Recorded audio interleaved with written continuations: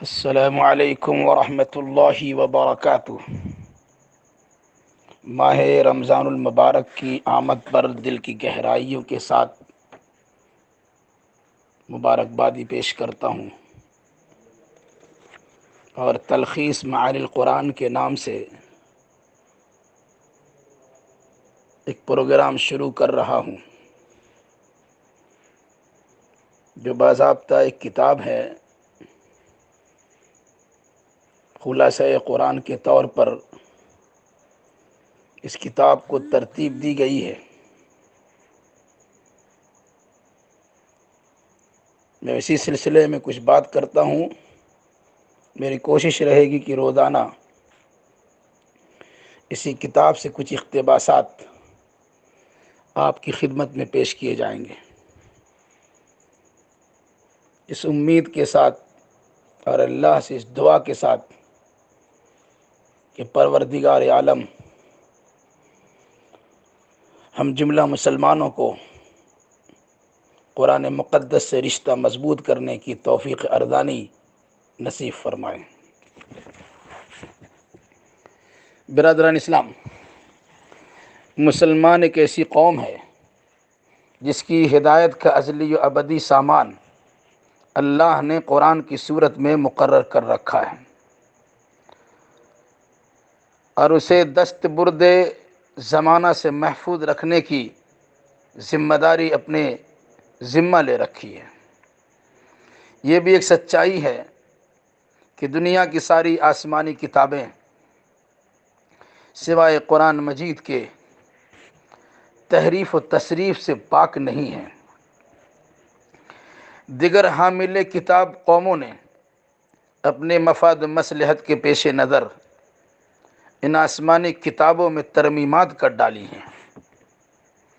اب اگر انجیل و زبور کو ہی لیں تو ان کی موجودہ شکل کہیں سے بھی ان کے اصل شکل کے مشابہ نہیں قرار دی جا سکتی۔ اس لیے اللہ رب العزت نے قرآن کو نازل کرتے وقت جہاں اس کی حرف بحرف حفاظت کا اعلان کیا، وہیں دیگر آسمانی کتابوں کی تنسیخ بھی کی۔ معاملے کی وضاحت اور تفریق کے لیے یہ امر ضروری تھا کہ آخری کتاب کو ہی دائمی صحیفہ بتاتے ہوئے دیگر تحریف شدہ کتابوں کو القط کر دیا جائے۔ یہ قاعدہ کلیہ ہے جو تا قیام قیامت باقی اور ثابت رہے گا۔ اس سے ہٹ کر اگر محض خواب و قیاس کی بنیاد پر دین کا دم بھرنے کا دعویٰ کیا جائے تو گمراہی مبتلا ہونے کے علاوہ اور کچھ حاصل نہیں ہوگا۔ یہی وجہ ہے کہ شاعر مشرق علامہ اقبال نے فرمایا تھا، گر تمی خواہی مسلمہ زیستن، نیست ممکن جز بقرآن زیستن۔ اگر قرآن کے بتائے ہوئے راستوں سے منحرف ہو کر اپنی راہیں وضع کی جائیں گی تو وہ ضلالت کا راستہ ہوگا، اور اگر قرآن کی پیروی ہوگی تو ہمیں نہ صرف یہ کہ جائد مستقیم کا راہی بنائے گا بلکہ نقش قدم رسول کی رہ گزر بھی اسی حوالے سے حاصل ہوگی۔ المیہ، بلکہ بہت بڑا المیہ یہ ہے کہ لوگ قرآن کو برائے نام پڑھتے ہیں۔ آج کل تو ایسے کرائے کے خادم حاصل کیے جاتے ہیں، اسی طرح ماجور اجرت پر قرآن پڑھنے والے ڈھونڈ لیے جاتے ہیں۔ معاذ اللہ، میری نیت قطعی تمثیل یا مثال دینے کی نہیں ہے، لیکن ایسا لگتا ہے کہ جیسے غیر مسلموں کے یہاں پنڈت جی صبح صبح اپنے ڈھنڈ کمنڈل کے ساتھ گھنٹی بجانے کے لیے حاضر ہوتے ہیں، اسی طرح مسلمانوں کے گھروں میں ایک مقررہ وقت پر چند مولویوں سے قرآن خوانی کرائی جاتی ہے۔ کیا یہ قرآن کی اطاعت صحیح طریقے پر ہے؟ اطاعت تو چھوڑیے صاحب، قرآن پڑھنے کا بھی صحیح طریقہ نہیں۔ جب تک ایک بندہ مومن خود قرآن نہیں پڑھتا ہے اور اس کی صورتوں سے اپنے دل و دماغ کی دنیا کو تابناک و روشن نہیں بناتا ہے، اس طرح کی ساری کوششیں دل بہلانے کا عمل کہلائیں گی۔ میں یہ بھی نہیں کہتا کہ اب حافظ صاحبان کے ذریعے اپنے بچوں کو قرآن کی تعلیم نہ دلائیں۔ یہ ایک نیک عمل اپنی جگہ ہے اور رہے گا، لیکن غیر مسلموں کی طرح یہ نہ سمجھ لیجئے کہ آپ اس عمل کے ذریعے قرآن کے حق کی ادائیگی سے سبکدوش ہو جائیں گے۔ قرآن کی تلاوت آپ کو خود بھی کرنا ہوگی، تب جا کر اس کے فیوض و برکات میسر آئیں گے۔ آج قرآن سب سے زیادہ مسلمانوں ہی سے شاکی ہیں۔ اللہ اپنی اس آخری کتاب میں دین و دنیا کی ساری اشیاء کو نہ صرف میسر بلکہ میرا یہ بھی ماننا ہے کہ مسخر کر دیا ہے۔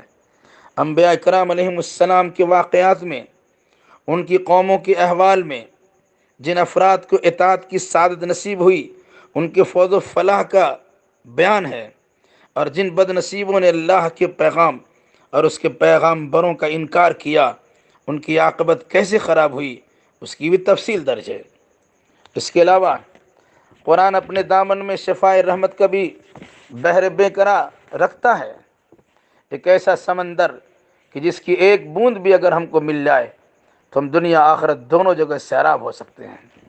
میرا ماننا ہے کہ آج بھی کفر و جہالت کے دیوتاؤں کو قتل اور فدائے دماغ میں ایک نئی کشمکشاں پیدا کرنا، روح کو خوف کے خونی پنجوں سے نجات دلانا، قلم روے فکر کو نئے بر اعظموں اور جزائر عطا کرنے ہوں، تو پوری دنیا انسانیت کو قرآن کی طرف لوٹنا ہوگا، اور مسلمان ہی وہ قوم ہے جو اس مہم کی انجام دہی میں دیگر قوموں کی رہنما بن سکتی ہے۔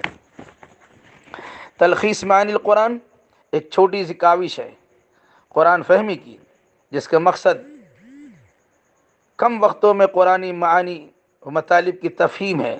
یہ کتاب دراصل شہر کلکتہ کے مساجد و مذہبی مقامات پر ہونے والے دروس کا ثمرہ ہے، جو ناظرین کی پیشی خدمت ہے۔